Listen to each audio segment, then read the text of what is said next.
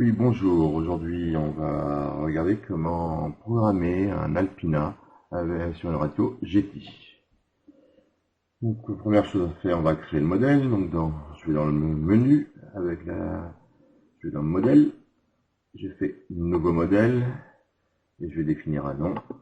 Là, Alpina.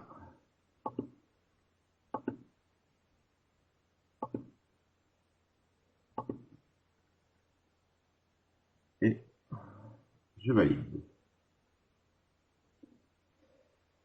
Une fois que j'ai rentré un nom au modèle, je vais choisir le type de modèle. Donc là, dans mon cas, ça va être un modèle type aéro. Je fais suivant avec les deux flèches à droite. Je vais définir la configuration du modèle. Alors là, cette fois-ci, l'aile est composée de deux volets et deux ailerons. L'empennage est bien un horizontal, un vertical. J'ai un cerveau pour la profondeur, un cerveau pour la dérive. J'ai un moteur, j'ai 0 aérofrein, pas de frein d'atterrissage et j'ai pas de gyro. Je fais suivant. Une fois que je suis là, je vais par défaut laisser ce qui est proposé. Donc les ailerons sont sur la commande à droite pour moi, je suis en mode 1. La profondeur est sur la gauche. La direction est sur la gauche. Et enfin les gaz. Et là, provisoirement, je vais laisser sur le potentiomètre 5 les volets, sachant que ça changera au final. Mais pour la phase de réglage, j'affecte les volets sur une commande, sur un slider du côté. Une fois que je fais ça, je fais suivant. Par défaut, la configuration des cerveaux de GT me convient. On part toujours de l'avant vers l'arrière, donc on commence toujours par le moteur. Après, on passe de l'aile gauche à l'aile droite. Donc, aileron 1, c'est l'aileron de gauche. Le volet 1, c'est le volet gauche. Le volet 2, ce sera le volet de droite. L'aileron 2, ce sera l'aileron à droite. Et enfin, on finit par la profondeur et la direction. Donc ça me convient. Je laisse tel quel. Il me demande de créer le modèle. Je fais oui avec la touche. Alors la particularité, je vais configurer avant d'allumer mon modèle, avant de faire quoi que ce soit, je vais configurer certaines choses au niveau des max et des limites max. Donc pour les gaz, je vérifie bien que l'ensemble est à moins 100%, pardon, quand je suis à 0 et à plus 100% quand je suis à fond. Les gaz pour l'instant sont sur le manche 1. On verra là plus tard l'affectation. Je change, je vais voir sur l'aileron. Et là, je vais faire quelque chose de particulier. Je vais faire le max positif. Je vais le mettre à 125, ou même à 150, pardon. Le max négatif, je le fais à moins 150. Et les limites, je vais les mettre assez faibles, autour de 30%, de telle sorte que lorsque je vais démarrer mon modèle, ça évitera de griller un cerveau. Et donc je vais faire ça pour toutes les commandes.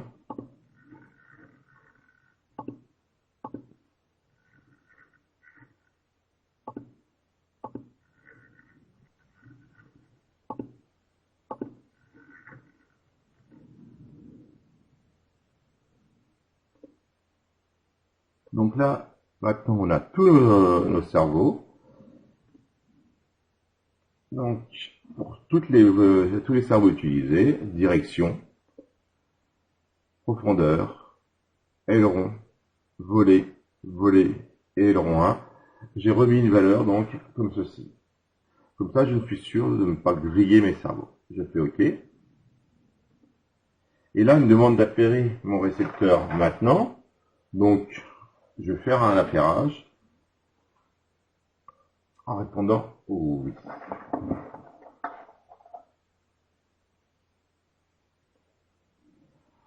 Donc là, il est en train de rechercher un récepteur. Et si je lui présente un récepteur qui est alimenté, dans ce cas-là, je vais pouvoir avoir un appairage sur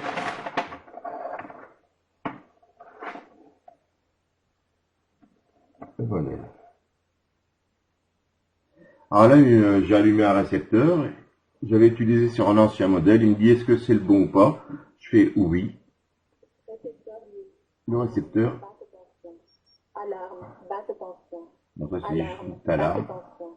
Alarme, basse tension.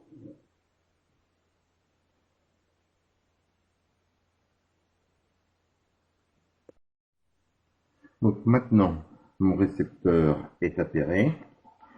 Je vais pouvoir vérifier déjà que toutes les voies bougent dans le bon sens. Donc je vais bouger mes manches. Et je vais aller modifier les courses au niveau de modèle. Réglage cerveau. Donc, au niveau des gaz classiques, je vais changer le max positif ici. Limite, je vais le changer de telle sorte que avec ma pince ampère-métrique, lorsque je suis à fond, j'obtiens l'ampérage désiré pour la puissance du contrôleur et du moteur. Donc là, une fois que ça c'est fait, il ne touche plus. Là, le moteur tourne. On va réduire les gaz, faire OK. Et maintenant que c'est fait, je reviens au menu général. Je vais menu. Je vais appuyer sur le petit cadenas à gauche.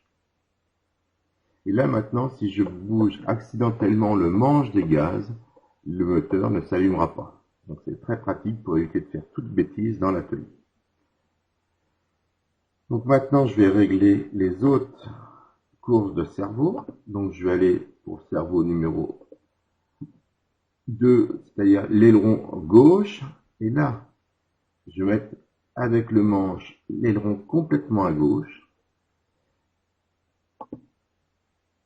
Et je vais modifier la course qui correspond. Donc là, mon aileron est à gauche, j'ai le moins 31 qui est actif. L'aileron est à droite, c'est le plus 32 qui est actif. Donc je mets aileron complètement à gauche. Et je vais venir changer la valeur avec la molette juste à temps que j'arrive en butée mécanique. Je reviendrai d'un ou deux crans pour être sûr que je n'ai pas de contact mécanique qui risquerait de griller mon cerveau. Et je vais faire ça pour chaque voie dans les deux sens. Là, je mets carrément à droite, j'augmente.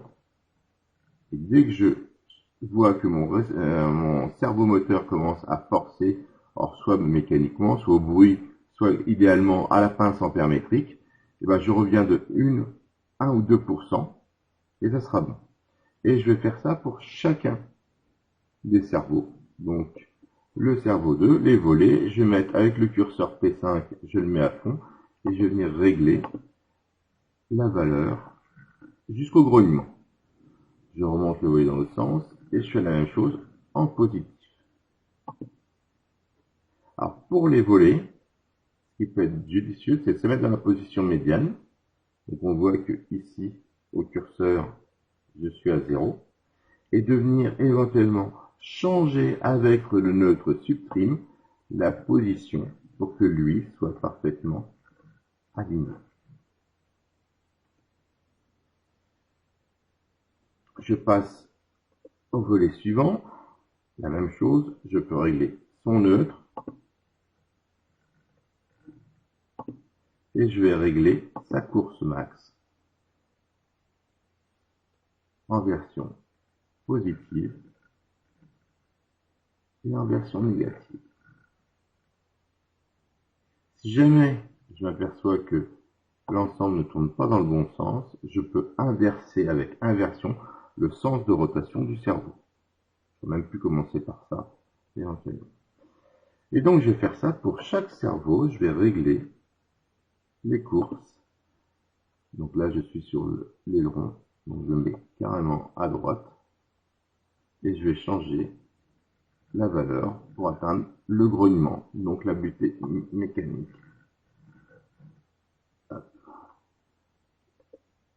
Là j'arrive pour la profondeur, pareil, je tire le manche à fond, je règle la valeur négative. Ah, ça se débat dans le mauvais sens, donc je viens inverser le sens de rotation et je reviens à cabrer au maximum. Je viens en buter Et là, je tiste bien, je mets en butée mécanique, à la limite de la butée mécanique. Et enfin, dernier, pour la dérive tout à gauche, à droite, donc c'est bon, à gauche toute. Je règle en butée. Et à droite, je règle en butée. Maintenant, ayant réglé mes max positifs et négatifs limites, je ne risque plus d'endommager un cerveau parce que j'aurai un mixage ou quoi que ce soit qui ira au-delà d'une butée mécanique. Maintenant, je vais régler les max positifs et les max négatifs. Alors ça correspond à quoi?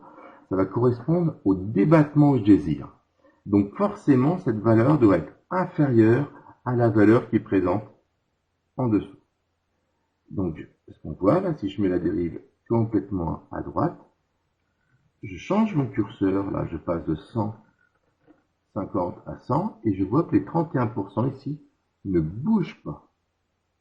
Et si je descends plus bas, on va voir que ça commence à bouger. Donc la valeur du max positif, elle doit forcément être inférieure ou égale au max limite. Et alors pourquoi il y a deux valeurs? C'est-à-dire que ici, peut-être que j'ai mon débattement à droite et débattement à gauche qui n'est pas symétrique. Problème de course, le problème de neutre, de pignonnerie ou quoi que ce soit. Et là, je vais me débrouiller avec les deux max positifs. Je ne touche plus jamais aux limites. Et pour que, avec un réglé ou avec un rapporteur d'angle, j'ai le même débattement positif et négatif de la dérive. Donc là, je vais pouvoir ajuster. Et là, avec ce réglage-là, j'aurai un débattement symétrique sur les manches. Alors, on voit que le 31% est un peu bas. C'est un exemple, c'est pas un vrai modèle. Et je vais faire ça pour chacun des modèles. Je prends la profondeur. Je vois que je mets à cabrer. J'ai 87% actuellement en haut, bien que je sois à 150. Je vais diminuer cette valeur. Et là, on voit qu'en dessous de 87 et 80, ouais, je commence à bouger. Et là, je vais maintenant régler le max positif conformément à ma notice. On m'a dit plus 20 mm. Je lève de 20 mm. Je me débrouille pour mettre 20 mm. Et je vais faire la même chose à piquer. Je ne sais pas, on m'a dit à piquer c'est 17 mm. Je vais me débrouiller pour régler 17 mm. Donc ce qu'il faut retenir, c'est que forcément, les limites sont des limites physiques. Elles ont été obtenues en ayant un débattement de 150% pour être sûr d'atteindre cette limite. Et le max négatif et le max positif est une valeur qui doit être inférieure ou égale à la valeur limite. Et que ce max positif ou max négatif, il faut le régler de façon très précise afin d'avoir une bonne symétrie sur mes commandes. Particulièrement lorsque je vais arriver à aileron et dérive, aileron et volet, je vais ajuster les max limites de chaque côté pour avoir le débattement qui m'intéresse.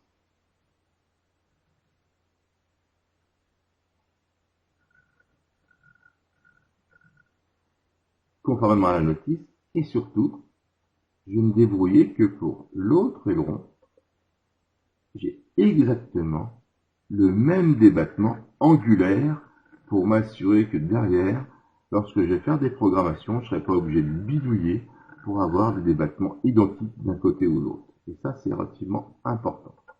Donc une fois que j'ai fini ça, j'ai ma commande de gaz qui est réglée au maximum de l'ampérage compatible avec ma chaîne de motorisation.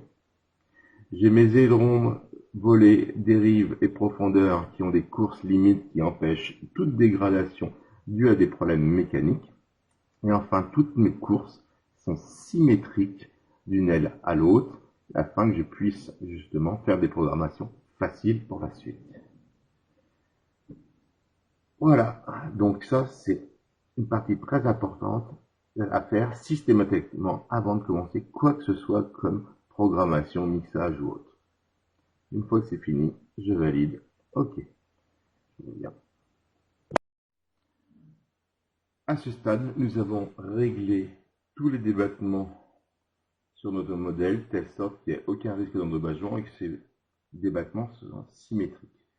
Donc là, je vais retourner dans affectation des fonctions. Je vais faire deux petites modifications. Donc je vais faire une première modification parce que moi les gaz, comme c'est un planeur, j'aime pas les avoir sur le manche, mais je préférais les avoir au niveau d'un interrupteur 3 positions. Donc je vais sur gaz, je vais cliquer avec la molette, je vais aller sur P2 actuellement, qui est le manche qui pilote les gaz, et je vais faire effacer. Et je vais maintenant affecter en bougeant l'interrupteur qui permet de mettre les gaz chez moi. Donc voilà, ici, je suis à moins 100 ici. Alors ça va pas, je vais inverser le sens.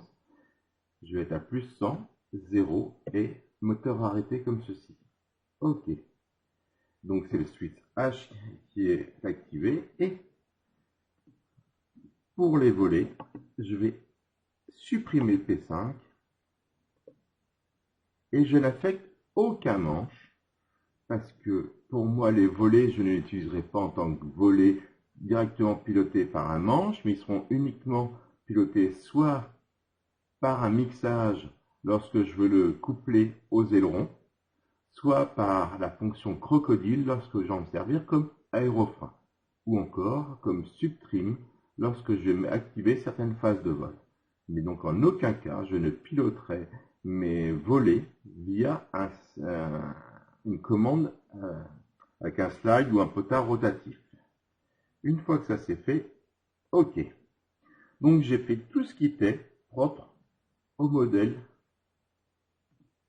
de base. Maintenant, je vais passer dans réglage fin. Phase de vol, je ne vais pas l'utiliser pour l'instant. Je vais plutôt le faire pour la suite, ça sera un peu plus pratique. Trim digitaux. C'est là que je peux définir la valeur des trims. Alors, il y a une seule chose que je vais faire, c'est que le trim des gaz, il ne sert plus à rien parce que c'est un moteur électrique.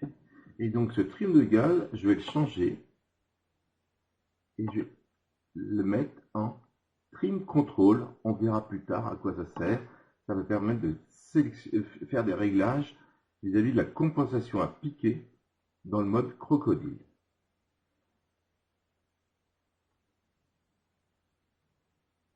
Une fois que ça c'est fait, OK.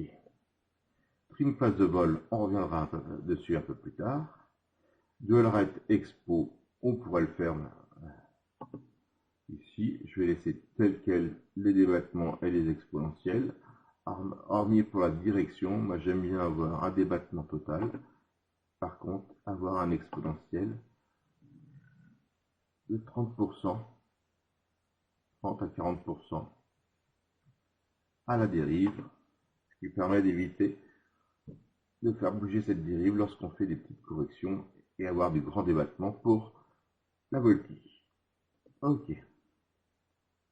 Le reste, je ne change pas pour l'instant. Courbe et fonction.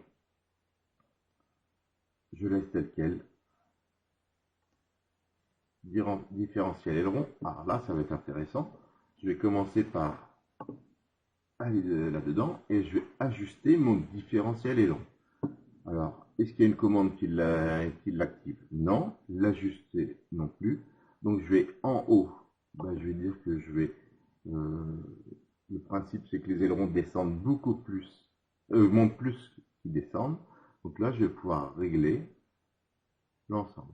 Alors, on s'aperçoit que il y a la fonction symétrique qui est activée. Ça fait que je change l'un, je change l'autre. Donc ça, c'est la fonction qui est ici. Et si elle n'est pas enfoncée, je peux changer une valeur sans changer l'autre valeur. Alors, comme moi, j'ai pris la précaution d'avoir des ailerons qui sont parfaitement réglés de chaque côté, avec les fonctions de réglage des butées, des limites que je me suis fixé tout à l'heure.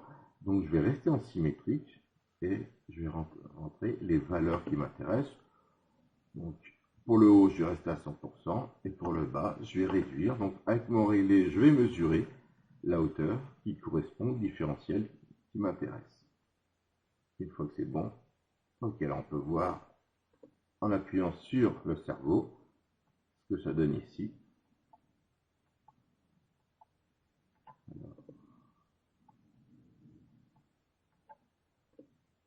on voit que l'aileron bouge beaucoup plus dans le sens que dans l'autre. Une fois que ça c'est fait, je fais OK. J'arrive à la fonction crocodile. Donc là, pour la commande crocodile, je vais sélectionner d'abord le manche qui va me permettre de piloter la fonction crocodile. Donc là, pour moi, c'est le manche P2. Et je vais me débrouiller pour qu'il varie de 0 à 100%. 0, c'est le manche en haut. Donc là, je vois que c'est pas bon, il y a marqué 100%. Je vais faire inverser. Donc il doit être proportionnel inversé. Il n'est pas centré, sinon il varierait de moins 100 à plus 100. Donc là, j'insiste. AF, tout rentré 0%. Ma crocodile, tout rentré 0%. Tout sorti 100%. Une fois que ça c'est bon, je fais OK. L'offset. L'offset, c'est la valeur de manche qui va me permettre de définir le pourcentage flou. C'est-à-dire que si je mets par exemple ici 15%, c'est-à-dire que les 15 premiers pourcents de mouvement de manche n'aura aucun effet sur la sortie de volets ou des ailerons. Ok. Maintenant, je vais régler ici l'aileron et les volets. Je vais régler la valeur pour les ailerons vers le haut ou vers le bas. Donc, c'est à vous de voir en fonction. Comme la fonction symétrique est active, il me fait bien les deux mêmes valeurs de chaque côté. J'insiste, si vous avez fait ça proprement. Sinon, si vous voulez avoir une petite dissymétrie, vous enlevez la fonction symétrie, vous pourrez choisir un pourcentage différent à droite et en gauche. Donc là, je vais régler en étant tout sorti la valeur que j'ai au niveau de mes ailerons. Je vais refaire la même chose au niveau des volets tout sorti. Vers le bas cette fois-ci. Donc normalement, je peux aller jusqu'à moins 100% parce que tout à l'heure, j'ai vérifié que j'avais aucune contrainte mécanique que je faisais ça. Et chose intéressante, différentiel ajuste. Ben ça, c'est quelque chose qui est fortement conseillé d'utiliser. Ça va permettre d'augmenter le débattement lorsque j'ai tous mes volets et mes freins sortis à fond. Généralement, on n'a quasiment plus de course au niveau des ailerons. Donc là, ça va permettre, alors moi je conseille, on peut mettre soit une valeur positive, soit négative, vous pouvez essayer, en bougeant les manches droite-gauche, vous allez voir qu'en mettant un pourcentage ici, vous allez augmenter la course au niveau des ailerons, donc la défense au niveau des ailerons, ce qui permettra au moment de poser d'avoir encore de l'efficacité au niveau des ailerons. Une fois que ça c'est bon, je fais OK. Donc là, si je bouge le manche des gaz, voilà, le manche des AF, des freins, je vois que mes ailerons remontent et mes volets descendent et j'ai augmenté, lorsque les AF, moi le crocodile est à fond, j'ai augmenté le débattement de mes ailerons pour avoir un peu plus de direction. La réglage profondeur. Alors ici, si je règle une valeur à ce niveau-là, ça va être la valeur de compensation, qui peut être soit positive, soit négative. Je vais avoir, je vais sortir. Donc là, j'ai 19%. Je regarde au niveau des sorties, donc au niveau de la profondeur, je suis à 0%. Et là, si je sors mes AF, je vois que j'ai moins 11%. Et je remonte, j'ai 0%. Alors ça, c'est une façon classique de l'utiliser, standard. Donc moi, je ne vais pas utiliser cette fonction, je vais rester à 0 ici. Je vais sortir d'ici. Je vais par contre rester de façon linéaire et tout, ça c'est relativement important. Et je vais dans Tuning. Et dans Tuning, dans Commande, je vais affecter mon trim. Alors là, on a beau bouger les trims, ça ne change rien. On ne voit pas apparaître donc la position. Donc je vais aller dans Plus ici. Je vais faire dans Trim digitaux. Je vais chercher mon trim 2, celui qui est au niveau droite verticalement. Je vais me débrouiller pour que au milieu il y ait 0%, donc centré. C'est bien proportionnel, quand je pousse, je veux une valeur positive. Et que je mets le trim vers le bas, je vais passer en négatif. Donc une fois que ça c'est fait, je valide. Je vais dans profondeur, et là je vais mettre un pourcentage. Alors pour qu'il soit assez important, un sous-pourcentage correspond à quoi? Lorsque j'aurai 100% de mon trim, j'obtiendrai 40% de cette compensation. Ok. Donc si je regarde les sorties, actuellement, ma profondeur est à 0% à ce niveau-là. Je vais sortir les AF, les volets et remonter les ailerons. Je reste à 100%. Et là, maintenant, je vais utiliser mon trim. Et on voit que ça change la valeur. Donc, c'est-à-dire qu'il suffit de tout sortir en vol et de trimer pour avoir son vol horizontal. Une fois que c'est terminé, on remonte. C'est fini. Ok. Alors, soit vous pouvez, en appuyant sur appliquer, une fois que vous avez fait votre réglage en vol, valider ceci. Moi, personnellement, je laisse cette fonction tout le temps comme ceci. Comme ça, si je veux retoucher cette compensation, si j'ai envie que, je sais pas, que je pique plus quand j'atterris parce que je suis pas en plaine, mais je suis en vol de pente. Voilà. On continue dans les réglages fins. Tonneau déclenché, non. Mixage libre. Alors là, le mixage libre, ça peut être intéressant si je veux créer un mixage qui va me donner des ailerons vers les volets. Donc je vais faire ajouter depuis aileron vers les volets. Alors on peut les voir dans le détail. Donc la valeur mètre, là, un pourcentage. Donc ça faut limiter. Et là, je vais voir les sorties. Je vois que les volets et les ailerons tournent dans le même sens. Si je mets la valeur à 0%, je n'ai que les ailerons qui bougent. Donc si vous désirez avoir un couplage aileron-volet, vous changez la valeur ici, donc vous mettez dans une position et vous regardez le pourcentage qui vous donne votre satisfaction.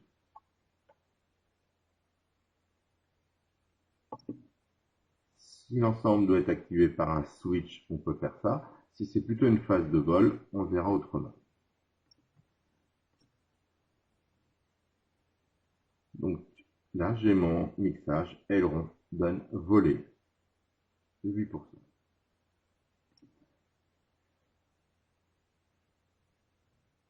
J'ai fait le tour ici, il me reste donc les phases de vol. Je vais quand même aller voir dans les propriétés avancées. Autre option du modèle, là, il n'y a pas trop d'intérêt, sauf éventuellement le switch et collage. Par défaut, moi j'ai, pour tout ce qui est enregistrement, je me mets en mode auto. Comme ça, je suis sûr que les logs seront enregistrés dès que j'aurai un compteur qui va bouger. Réglage manche inter. Ça peut être intéressant parce qu'on peut surtout voir la position requise avant vol pour être sûr que tout est mis correctement. Alors il y a une chose qui est relativement importante pour moi, c'est le potard, dans mon cas numéro 8. C'est le son que j'ai affecté et moi j'aime bien qu'il soit en haut, c'est-à-dire que le son ne soit pas coupé. Lorsque je démarre, ça évite que je n'entende pas des alarmes. Ok. Écolage mode sans fil. Ça permet soit d'appairer un nouveau récepteur, soit de passer en mode instructeur. On ne le verra pas dans cette vidéo. Suite logique, non plus. Son événement. Alors, les sons événements, ça peut être intéressant de rajouter des sons pour chacun des mouvements d'interrupteur. Comme ça, vous savez ce que vous faites.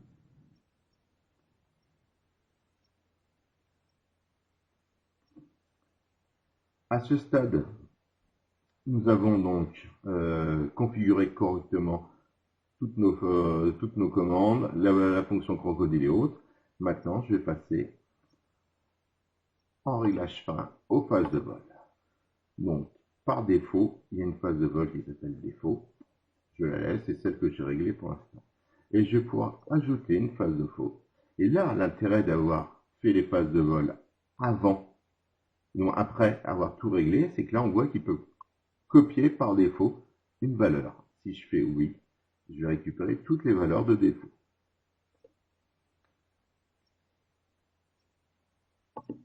Je change de nom. Par exemple, ça va être une phase thermique.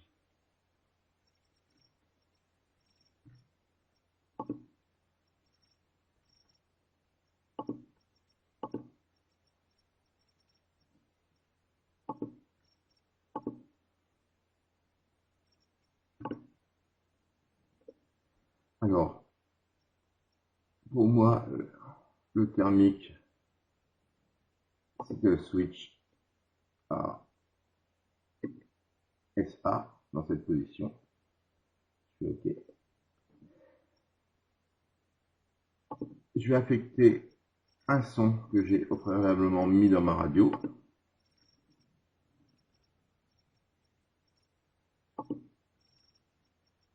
On doit avoir quelque chose qui doit ressembler comme...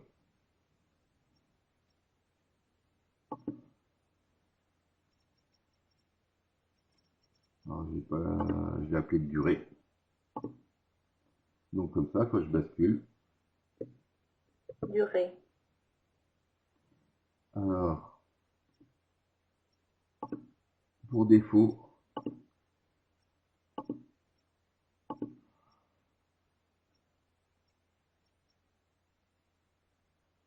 je vais appeler soit défaut, soit normal. J'aime bien normal. Donc, Normal. Durée. Normal. voilà. Et je vais rajouter une autre phase de vol. Et je vais l'appeler vitesse.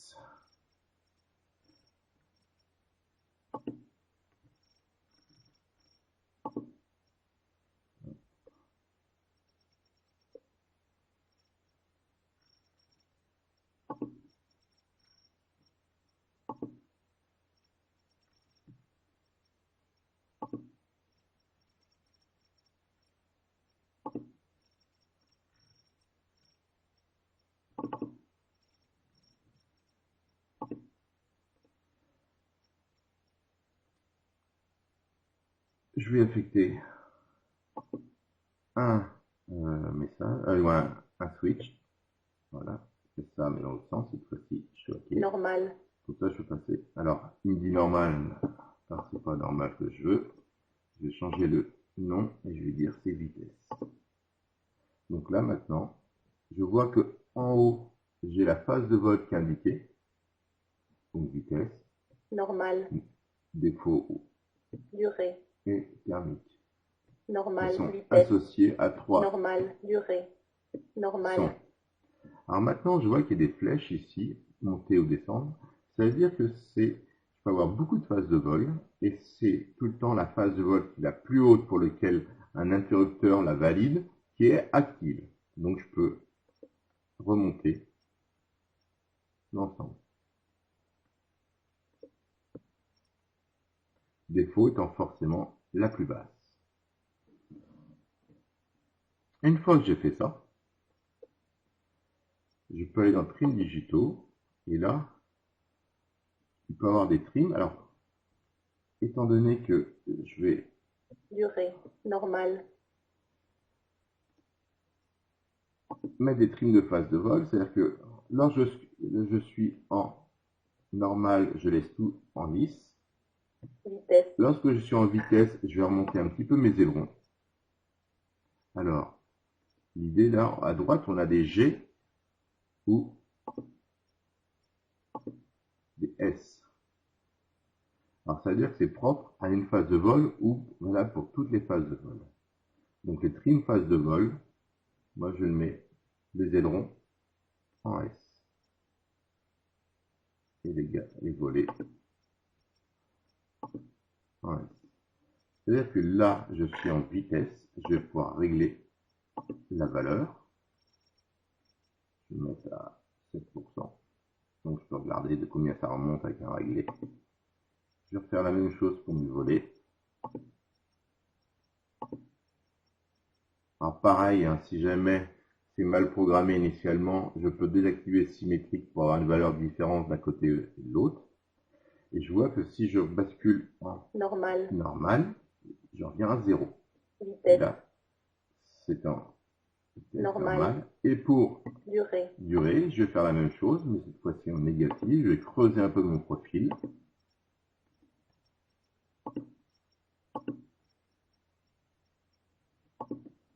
Normal, vitesse. Et donc, normal, durée. J'ai les trois profils. Durée, c'est creusé. Normal, c'est en lisse. Vitesse, mes ailerons et mes volets sont légèrement remontés. Vous pouvez faire ce que vous voulez. N'allez pas modifier profondeur, direction. Et on va le faire en vol. Donc pour ça, je fais OK. Et je retourne dans le trim digitaux. Et là, je peux voir à quelle fonction est affecté certains trims. Et surtout, il y a toujours le G pour global ou S pour séparer. Et donc, les ailerons, je vais laisser global parce que la neutralité autour de l'axe du roulis, elle est valable quelles que soient les phases de vol.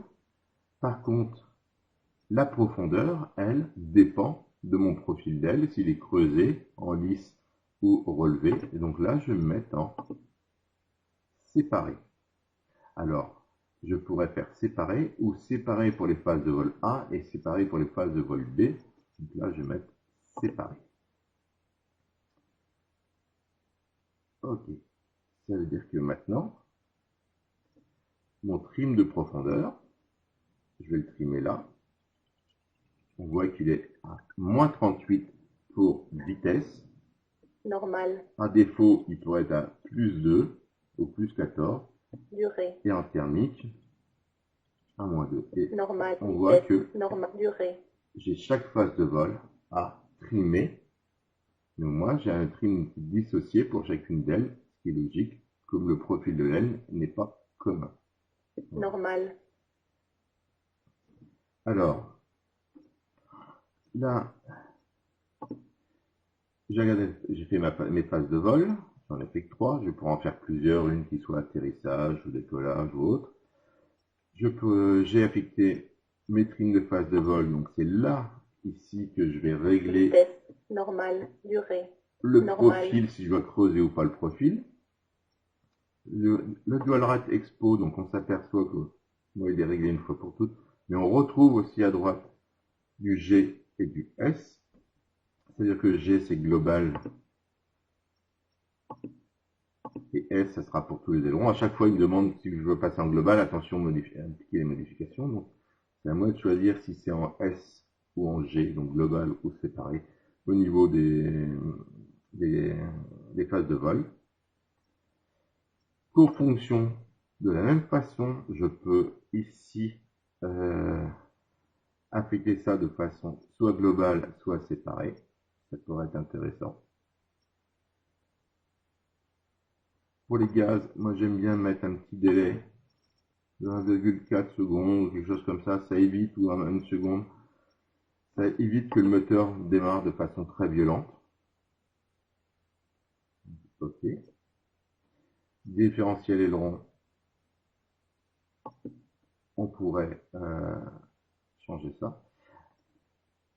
Pareil, hein, avec le G, phase de vol ou pas. Et crocodile, pareil, je pourrais dire qu'elle est soit active pour tout le monde, soit uniquement dans la phase de vol défaut. Et si je veux pas que ce soit actif pour les autres phases de vol, je mettrai tout à 0 dedans. Je reste en global.